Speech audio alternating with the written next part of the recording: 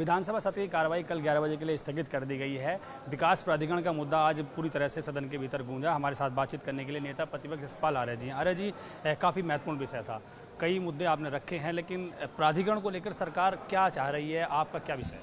देखिए, मैं बड़ी विनम्रता के साथ कहना चाहता हूँ और संजीदगी के साथ कह रहा हूँ, गंभीरता के साथ कह रहा हूँ कि सदन 14 तारीख जून को आहूत हुआ और हमारे माननीय विधायकों ने, कांग्रेस विधानमंडल दल ने, सब ने एक स्वर से कहा कि सदन को हम कोई वहाँ पर हंगामा नहीं, कोई विरोध नहीं और हम सरकार को पूरा सहयोग करेंगे।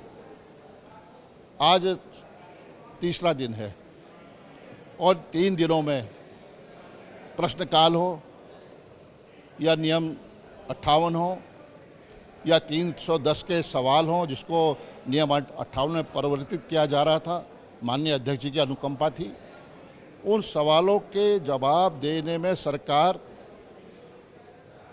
बिल्कुल भी फेल्योर रही। सरकार बचना चाहती थी, सरकार का कोई होमवर्क नहीं था। सरकार निश्चित रूप से पूरी तैयारी के साथ सदन में माननीय मंत्रीगण आए नहीं और आज भी नियम 310 के तहत हमने माननीय अध्यक्ष जी को आग्रह किया। उन्होंने कहा कि हम 310 के जो आपका प्रश्न है, जिला विकास प्राधिकरण का जो विषय है, हम नियम 58 में उसको डाइवर्ट कर रहे हैं, आप उसमें हम आपको सुन लेंगे। हमारे माननीय विधायकों ने सभी ने अपनी बात को रखा और लेकिन जो सरकार की ओर से जवाब आ रहा है, ऐसा लगता है कि सरकार विकास प्राधिकरण में जिस तरह का गोलमाल हो रहा है, जिस तरह से वहाँ पर भ्रष्टाचार हो रहा है, जिस तरह से हमारे पूरे प्रदेश की जनता का उत्पीड़न हो रहा है, उससे अपने को अलग कर रही है।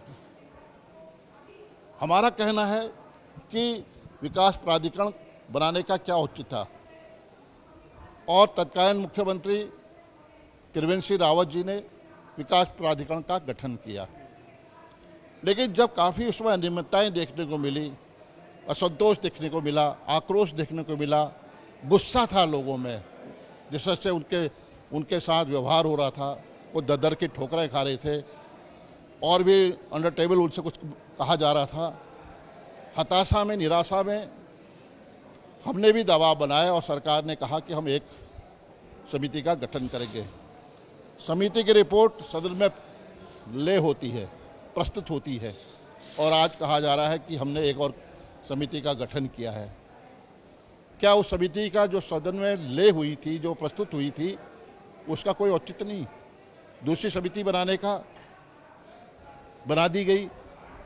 आपको पहली समिति में विश्वास नहीं था, तो तमाम विषय हैं कि सरकार निश्चित रूप से गुमराह करना चाहती है। सरकार उनको जो विकास प्राधिकरण में जो हो रहा है उसमें सरकार की मूक सहमति है, तो हमने उसका विरोध किया और हमने माननीय अध्यक्ष जी से भी अनुरोध किया कि हमें संरक्षण मिलना चाहिए, हमें न्याय मिलना चाहिए।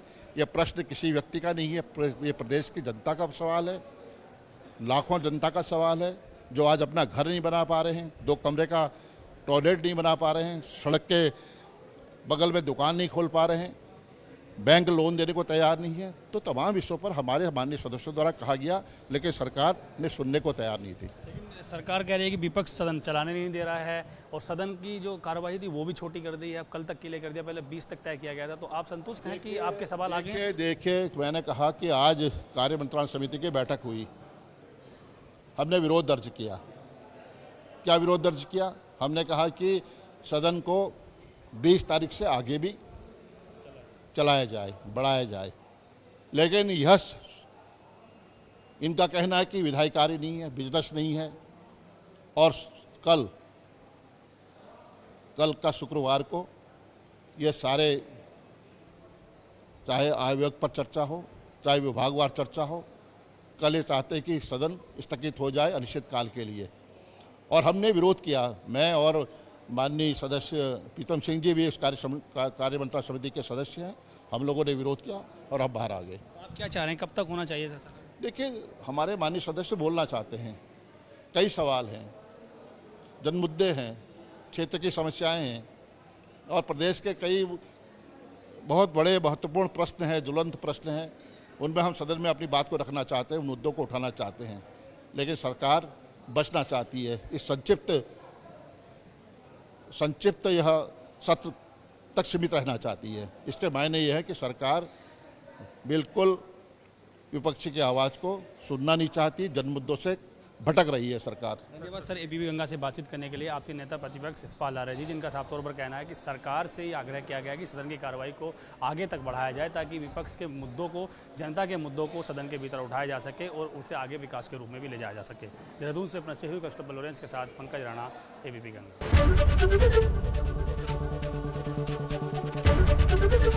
एबीपी गंगा, खबर आपकी, जुबान आपकी।